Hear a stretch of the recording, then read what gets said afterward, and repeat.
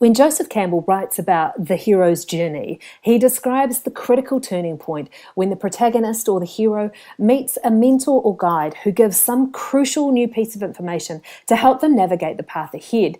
This piece of information is often a talisman or a symbol, something that without which the hero would be at a loss to reach their eventual destination. Today's guest, April Diaz, is going to share from her story about the role of mentors and guides, both in positive times to pursue personal growth and to understand ourselves more, and also when pattern interruptions happen, when we hit those pivotal turning moments and we need guidance for the road ahead. I hope you enjoy this week's episode of The Transformationist.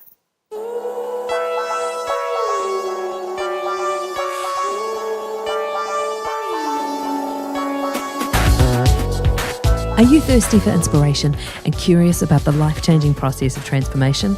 Welcome to The Transformationist. Whether you already know the transformation you're looking for or you're looking for guidance on the way there, these stories of hope will give you practical tips, plenty of encouragement, and an invitation into real, life-giving transformation, whether you're transforming culture or becoming more yourself.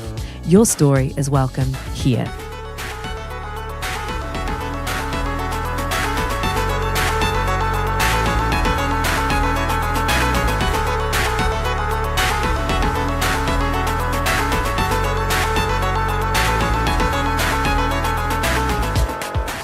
It's really exciting to have a fellow coach, somebody who actually coached me and then brought me into the world of coaching, April Diaz, coming onto the show. And I'm so excited to have her here today because she is, first and foremost, a businesswoman and a strong advocate of women.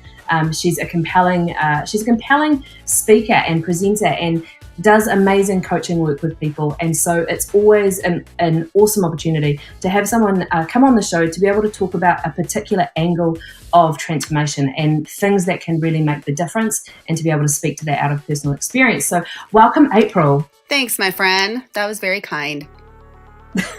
I try and be kind. I do try and be kind to guests, before then. It's probably better than just talking crap about me. So I appreciate that. You're sweet. Absolutely not. No crap. No, nothing. So tell me a little bit, how did you get into the journey of being a coach and working in this area of transformation in other people's lives? Well, I think transformation has been a part of my vocational journey as a result of it necessitating to be my personal journey. I think one has to spur the other one. And so it certainly makes more sense if the personal drives the vocational.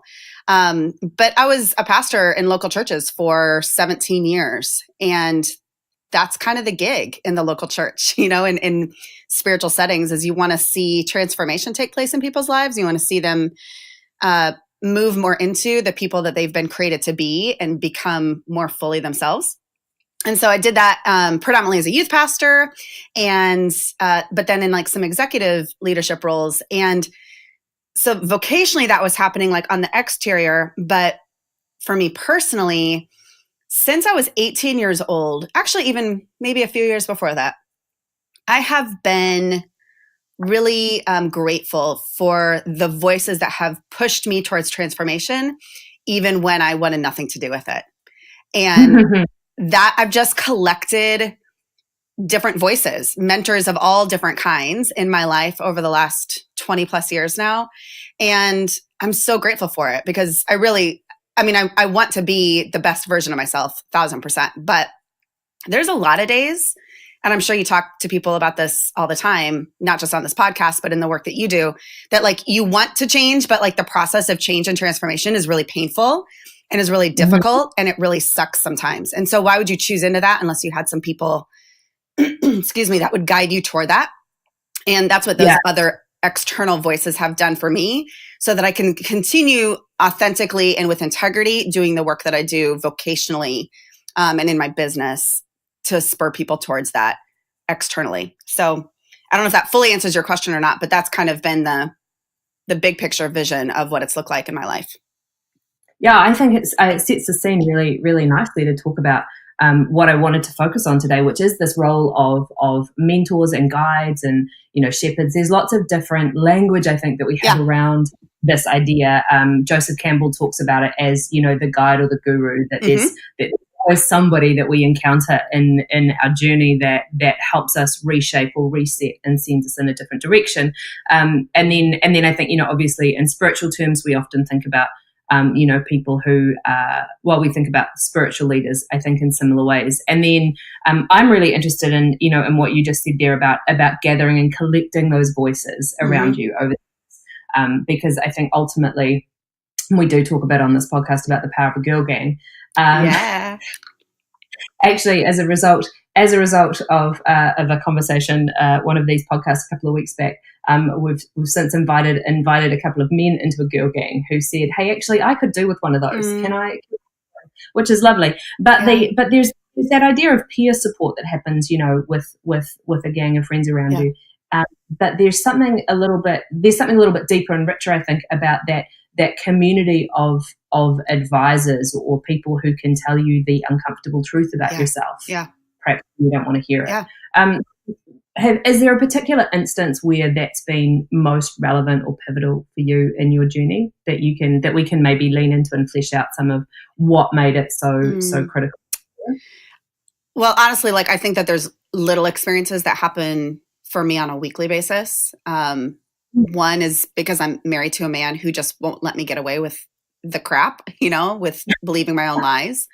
And he's really good and gracious, but consistent about revealing what is true about me.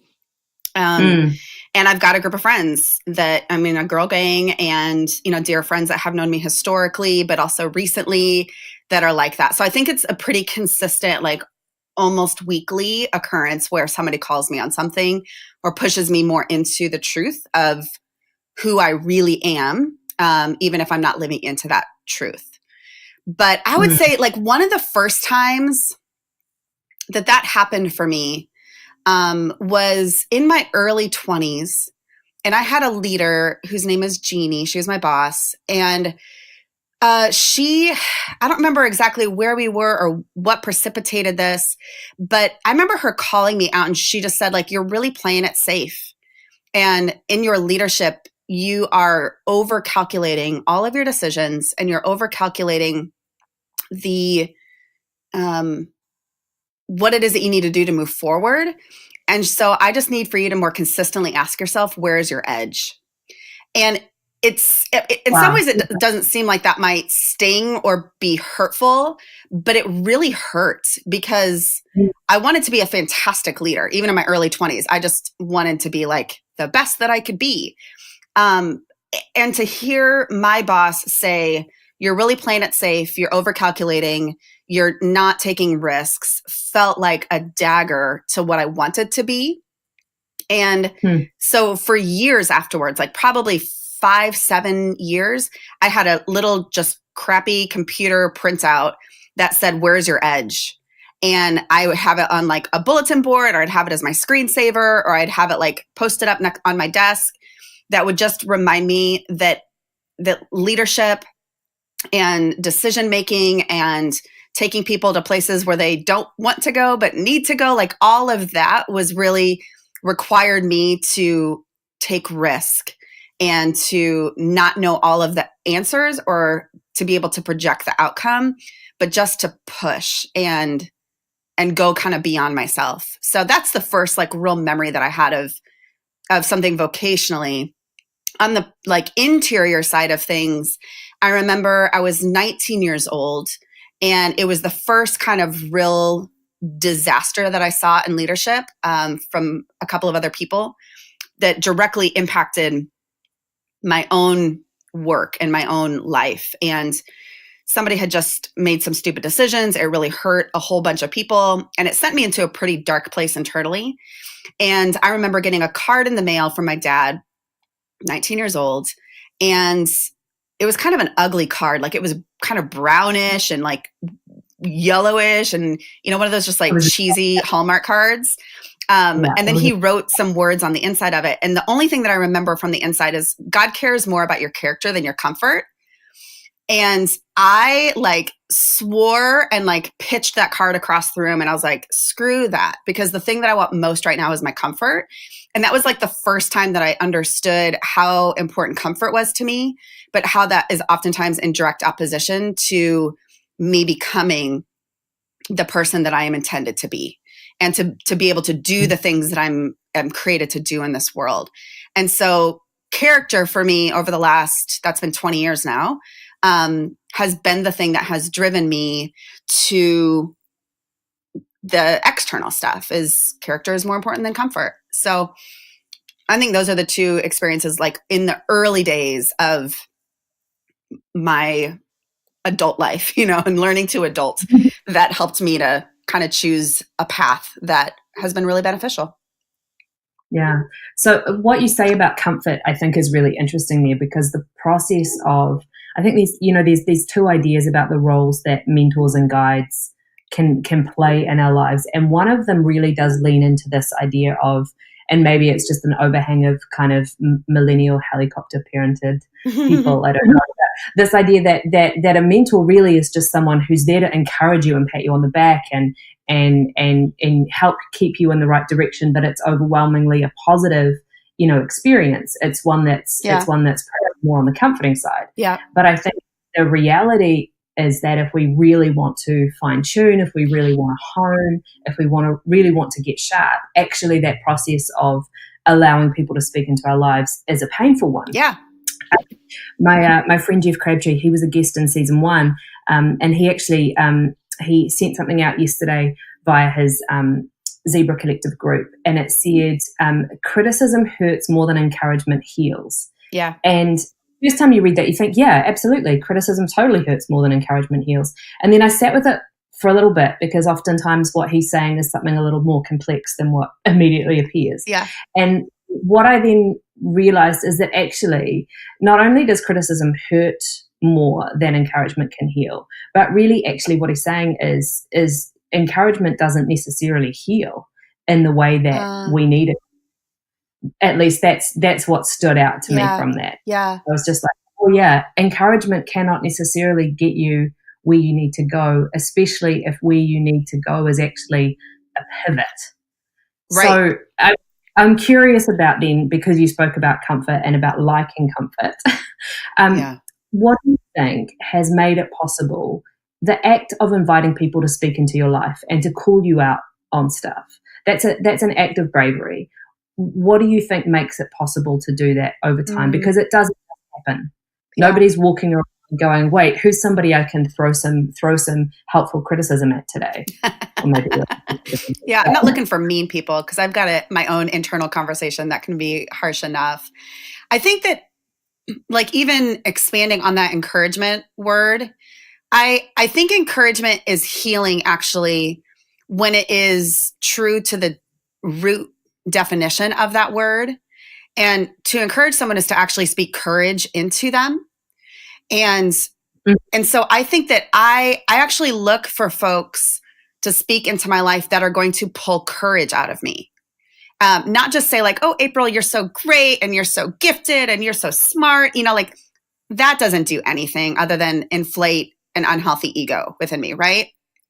But I do want folks that are going to call something out on me and to speak the courage both externally and to pull it out from within that will move me toward a healthier and better self. And so I think that's one aspect, is like, are folks doing that for me, men and women? And I would say a lot of the folks that I have asked to speak into my life, either formally or I've just kind of soaked stuff up, a lot of them are older, but a good portion of them are peers or even folks that are younger than me. I don't think that wisdom and guides and voices knows an age. And I think that another aspect of it is I've just looked at people and have asked myself the question, like, do I want to be like them when I grow up? Like I'm almost 40 years old. I'm fairly grown up at this point in my life, but like, do I want to be like them the older that I get? And is there something that they have that I want more of? And so sometimes it means that There are people who are very similar to me and are just more mature or developed or, living more into that aspect. But then there's also other folks that are really different from me and that share or that have really different perspectives or experiences or personalities that I just know like this is going to pull something and curate something a little bit deeper or more significant within me that I'm not going to be able to get by just becoming like just more of the same thing. Do you know what I mean? That wasn't terribly articulate right there, but I think it's kind of a both and for me in asking some of those folks. But then there's also been a lot of people, like I remember Mindy Caliguire has been a spiritual director to me since, early 2000s, late 90s. I mean, it's been forever. And I remember asking her, however many years ago that is now, almost 20, if she would mentor me. And she had a pretty high capacity job at that point. She had young kids. She just had a lot going on. And I was like, Mindy, will you mentor me? And she's like, sorry, I don't have time. And I just kept asking her out for coffee. And I kept just kind of like bumping into her on purpose. And after about 6 months, she looked at me and she goes, you did it. And I was like, what? And she's like, I'm like mentoring you. You like bait and switched me. You just kind of kept showing up and asking me out. And lo and behold, I'm actually pouring into you more than I thought that I had the time for. So there's been a lot of folks like that too. Because I find that especially the people that I don't pay, they're already like really busy people because they're phenomenal, And so if I'm gonna glean some stuff from them, it's gonna probably be just a little bit more intentional work on my side to make sure that I can rub shoulders and hang out and glean the stuff from them that I need in my own life. Hey there, transformationists. Hope you're enjoying the episode so far. It's time for the ad read. That's right. If you haven't been to thetransformationist.org yet, then please head along and subscribe to our email newsletter. You can also tell your transformation story there. And why not share with me and the broader community what kind of transformation is going on in your own life? Or perhaps you've got a question that you want to ask. I'd love to engage with you in conversation. And the other thing you can do is actually book in for a transformation session of your own. I've got a couple of workshops that are available and you can sign up directly from the website, book yourself in at a time that suits. You can look at working on alignment. Where do your values and outcomes fit in your day-to-day life if you're looking for some new direction, or if you just want to have a chat about coaching and about how transformation coaching can make a difference in your day-to-day life, then head along to thetransformationist.org. I would love to chat more with you there. Now, back to the episode with April. What does it take for you to be able to, because obviously when there's something specific that okay, there's a wisdom, there's an insight, there's a something, and that person over there that I want to pull into my own experience. That seems to me like that's in the thing that you've got to get over in that instance is just the bravery of being like, okay, I'm going to reach out and I'm going to keep reaching out until I get from you what I need. But what's required? Because I think it's often different for different people. What's been required for you to allow people to speak in and for some of those things to land?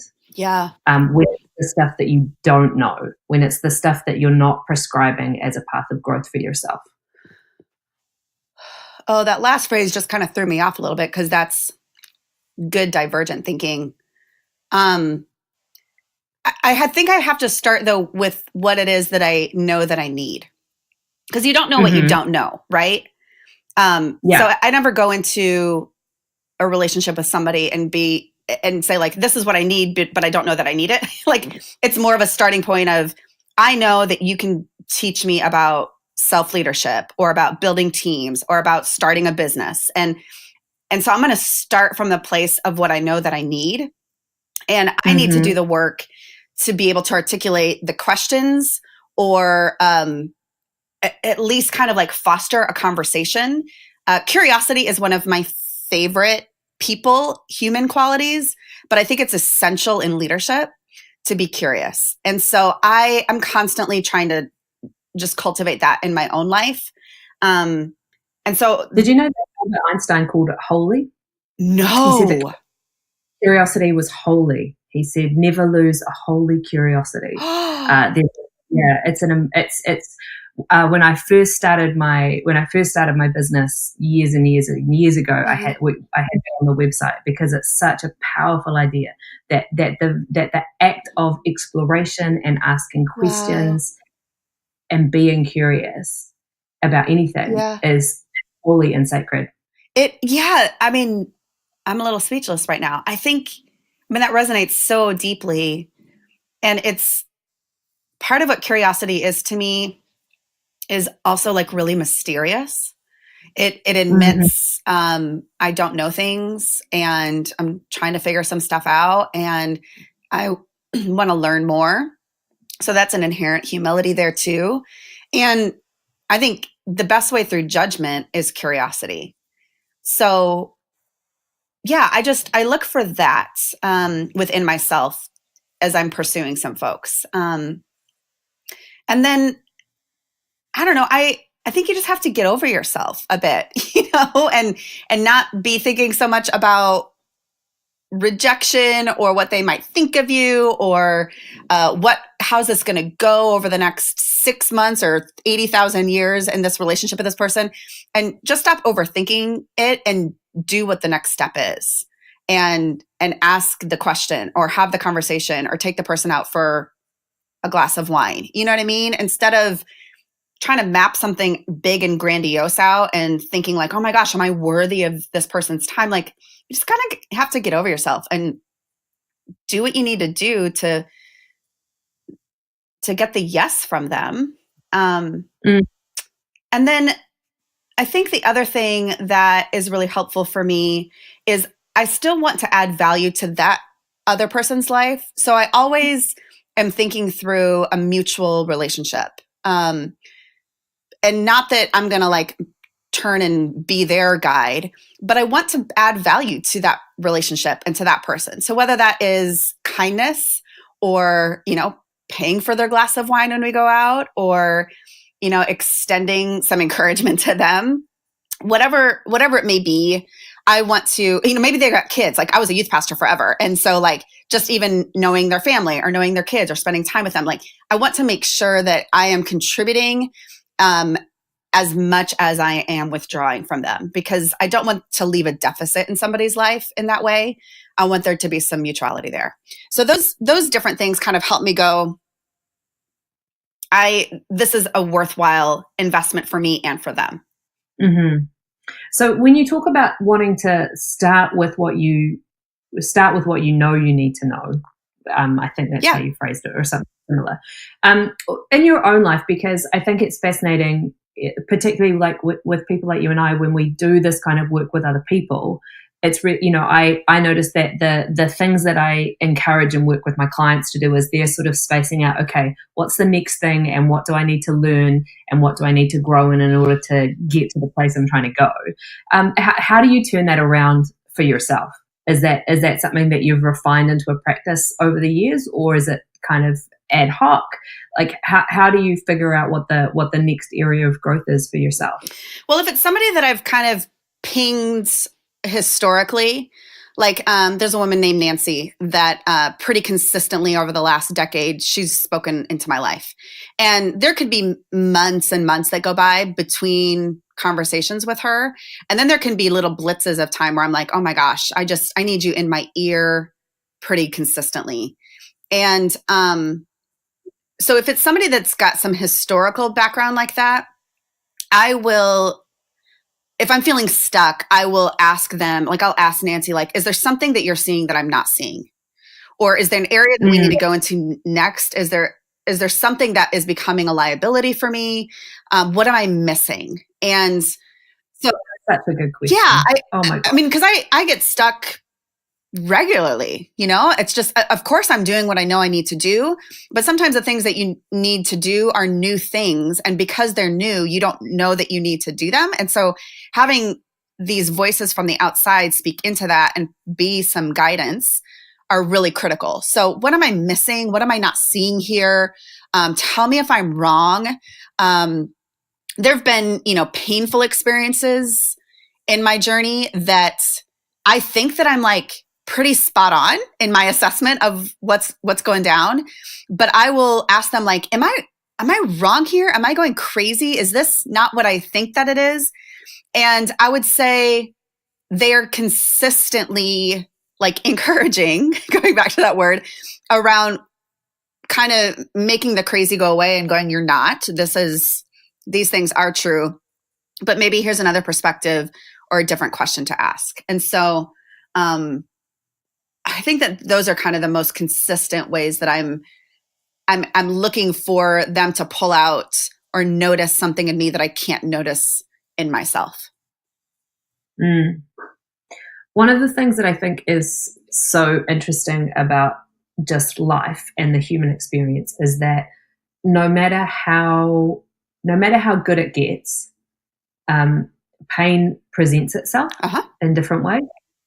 No matter how good it gets. Yeah. And so you kind of referenced, that life has had its painful moments. I wanted to ask about, what happens in the space of, because we've talked so far around really this idea of mentorship when it's in kind of a growth trajectory, when it's coming from a positive space. What happens in the moments that life gets interrupted? Yeah. What role is there, or what's the goodness that can come out of having, a group of guides or mentors around you in those spaces? That is a rich and layered question. So I would say since I was maybe 17 or 18 years old, I have had 6. I'm 39, almost 40. Yeehaw. I think since in the last like 20 plus years, I've had 6 really painful chapters of life. And sometimes the chapter is like 4 pages, and other times the chapter felt like it was going on for like an eternity. So that's, every couple of years, there has been a significant dip that has been very disorienting and has felt like a pattern interruption. Some of those have been personal, probably half have been personal and half have been professional. One of the things that I believe to be true is my former boss said that pain can become your platform for power. And I really believe that. I think it has the potential to become something powerful, and not in a megalomaniac, egotistical, like authoritarian kind of way, but like from a deep sense of inner personal power for the betterment of the world. And so every time I have hit a painful season, with which the man who said that actually is one of those pain points for me, and that experience, the working relationship with him was one of the really difficult, painful seasons or chapters of my life. But he was absolutely right. And I am so grateful for him. And I am so grateful for that little nugget of truth, because it has caused me to not look at pain as like a distraction or as an unnecessary blip on the radar, but really as an opportunity to go to some places I naturally wouldn't go, so that I can become something that only pain has the potential to produce that kind of power. So I think that has kind of been like a guiding framework for me, at least over the last 15 years. But yeah, I really think like pain, we can't waste it. It's there for something. And sometimes it's to reveal your own stupidity and your own naivete or your own poor decision making. Sometimes stuff just happens to you and you are kind of the innocent bystander in the midst of it. But no matter where pain hits you on whatever part of the spectrum, I think it would be really sad to lose what the potential is from it. Does that make sense?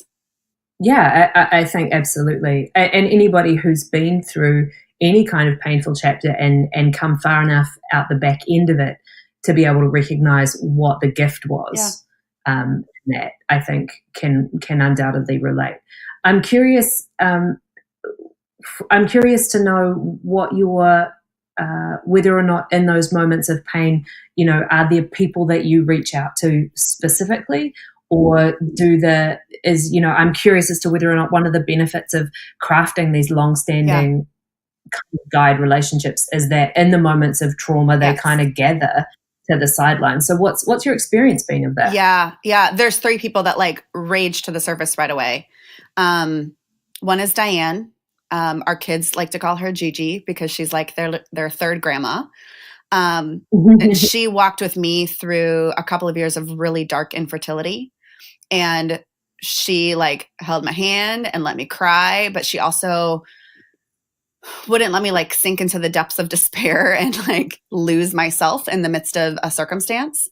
And so one of the guiding questions that she asked to me is stop asking why this is happening to you and start asking what. What am I supposed to become? What am I supposed to learn? What am I supposed to do with this? And I was so pissed at her when she said that, because I was like, that's such an unthoughtful, unempathetic, unkind thing to say. But at the same time, how dare somebody try and actually help you move through pain as opposed to just like handing you the tissues in the midst of it? Totally. And I feel like I've got friends like that, but the people that like you want to guide you through that aren't going to just hand you the tissues. I think we need both. But Diane has been one of those people. And so even just this last year, like had another pattern interruption in my life that was really painful. And Diane was literally one of the first people that I called, both for the fact that I knew that she wasn't going to hand me tissues and she was going to like kick my butt through it, but also because like she's a really smart person, a really smart businesswoman, a really smart lawyer who like could give me some guidance and help me figure out like how to make sense of things.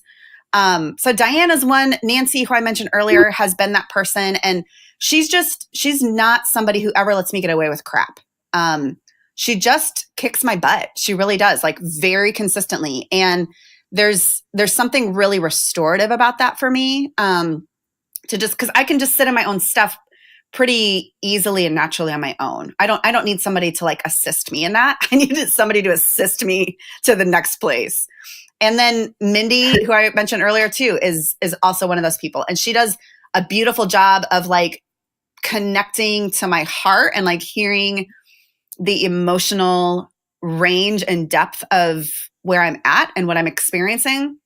But she's always calling me forward, always calling me to like what's possible as a result of this painful thing. And I'm just so grateful for that because, I'm not a masochist. Like, it's not like I want to just live in a painful, crappy place forever and ever. Amen. Like I want something good to come from it, for myself and for others. Bonhoeffer said, God's word to us is almost always for the other. And so part of my perspective when it comes to pain and pattern interruptions and difficult experiences is I want to like suck the marrow out of this experience for myself, because I believe that it's probably going to be a word for somebody else down the road. And if I don't experience all that I can from this situation, then other people are going to get robbed. And so like no one wins there. And I like winning. So like, let's let everybody win throughout the mess of it all. Yeah. I think, there's no like minimum time period before the lessons we learn through pain become opportunities and gifts for other people. I was speaking with a friend earlier this week who's gone through just an incredibly, just what I would call brutal, like there's no beauty about it. The experience has been brutal in the last year. And he reached out this week to say, wow, all of a sudden I find myself turning around and giving some of the same gifts I've learned and experienced to someone else who's now going through the same thing. And that's been, within the space of a couple of weeks of his experience kind of coming to an end, which I just think is, it's fascinating how quickly we can turn from those in need of healing to those who actually become the healer when we're able to launch ourselves into this process of, other people are there not just to witness my journey, but actually to help, pull me forward. I love the language is about calling me forward, pulling me forward, asking me what's next. I do wonder sometimes, like,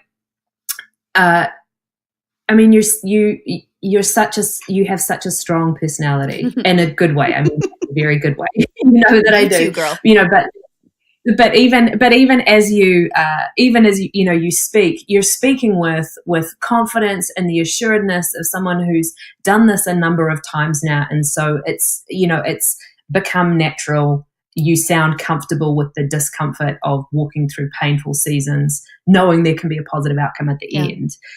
I'm thinking about all the people who are listening to this just going, what are you even talking about? In the midst of my pain, I want someone to give me a hug, not kick me in the butt. Yeah. I don't want people calling me out on my crap. Yep.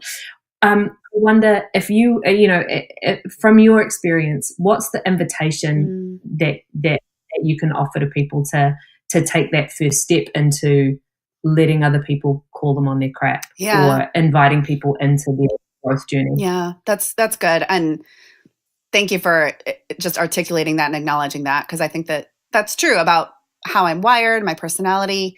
I think some of even how I speak about this is the fact that I've been working on these muscles for 20 years.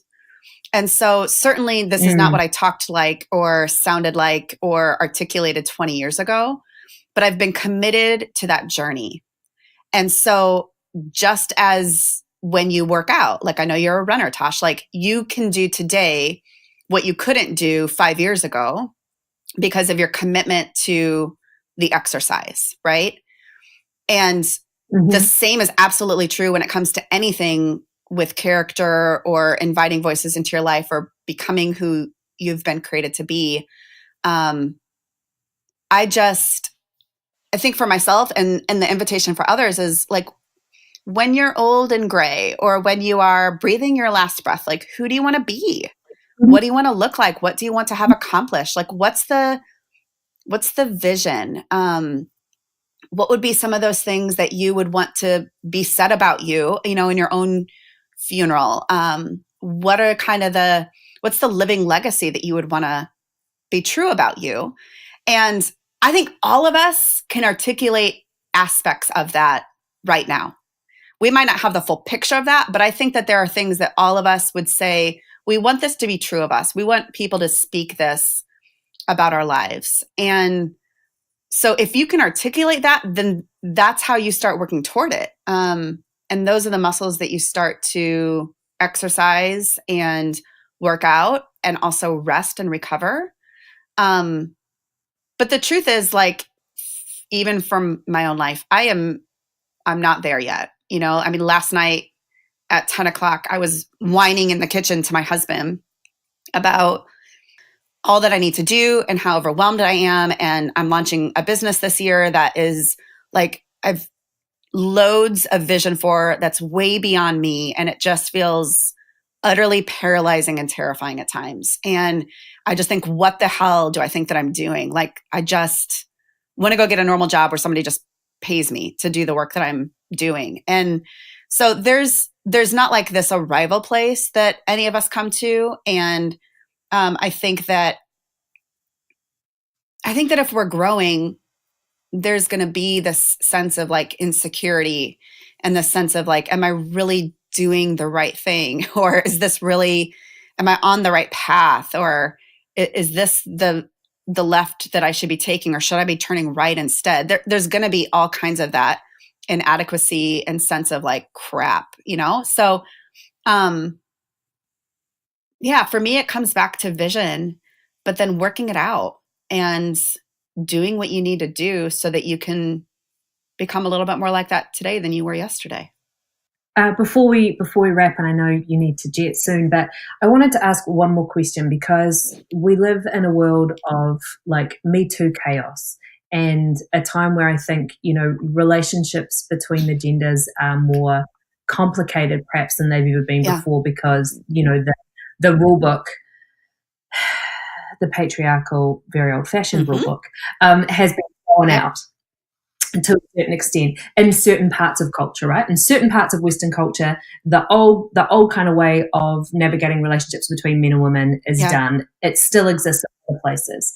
I'm curious to know, from this idea of mentorship and guides and leadership, what's your take on can can men and women learn from each other? Can they mentor and guide one another? Can they do that healthily and in successful ways?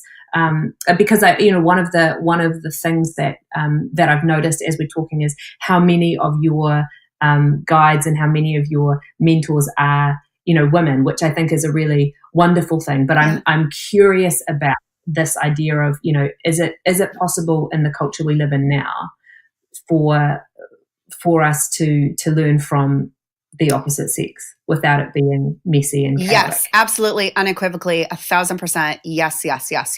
I'm kind of sad that I just mentioned a bunch of women in my guides, because I think, Hendra, my coach, who also helped train you in coaching, has been a phenomenal guide and voice in my life for over a decade. Dave G. and I'm going to start drawing blanks here. I have a therapist, that Dr. Henslin, that I have seen over the last 10 to 15 years at different points. So there have certainly been a lot of voices. I've got Mike and Abe are two of my best friends. They're phenomenal men. They're phenomenal husbands and fathers as well, but they're two of my closest, dearest friends. So I most definitely think that men and women can and need to be friends, because there are things that, like, Mike and Abe specifically will see and an experience of me that I need that's different from Julie or from Aaron or from Brooklyn. They're just very unique perspectives. And so I think it's essential. I remember in the early days of our marriage, Brian is like as much about burn down the patriarchy as I am. And part of the reason I love him and I'm married to him. But in the early days, as we were kind of even building deeper trust and intimacy in our relationship with each other, there was probably 5 years worth, where maybe 3, where I would let him know, okay, I'm going to go have lunch with Dave today, or I'm taking out John for coffee, or I'm meeting this person for whatever. And that was a consistent practice, so that he knew when I was meeting one-on-one, or when I was going to be spending extended time with somebody of the opposite sex. But the truth is that in all the work that I've done for 20 plus years, it has been male dominated. I have been the minority in gender, in age, and in ethnicity for most of the last 20 years. And so if I couldn't figure out how to engage relationally with men, there's no way where I'd be today where I am. So it kind of became a necessity for me to figure that out. But also, it's just been really important for my growth. And I practice that now. I mean, a good bit of the folks that I coach and speak into are men. And I think that they're better for it to have a woman speaking into their life. So yes and amen. We need more and more of it. And we need to stop being so freaking afraid of it and just figure out how to do it smarter. I cannot think of a better place to end. I wanted to thank you so much for sharing your story and also your insight. And if there was one invitation or encouragement that you would offer to people who are beginning to engage or think about the journey of transformation, what would that be?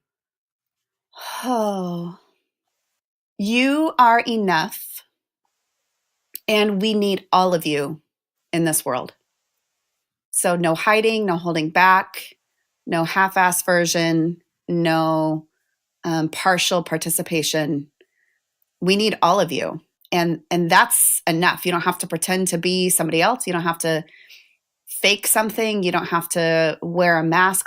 We need you fully as you are and fully showing up. And the world will be a better place because of that. That's it.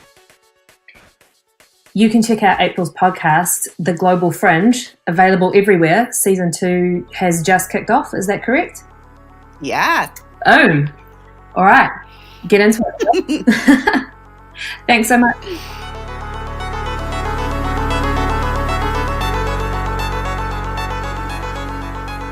Hi, it's Tash, and it's time for the credits. Thanks for joining us on this episode of The Transformationist. Please subscribe, rate, and review this episode wherever you listen to it, and share it with a friend. Visit thetransformationist.org for links to the resources mentioned in this episode and to subscribe to our email updates. You can also share your transformation story with us there, and I would love to hear from you. As always, this episode is produced by Michael Yoder at Truthwork Media. Music is by Hans Van Vliet. For more about me and the transformation work I do, check out the website. This show is proudly made possible by Solar Feeder Consulting.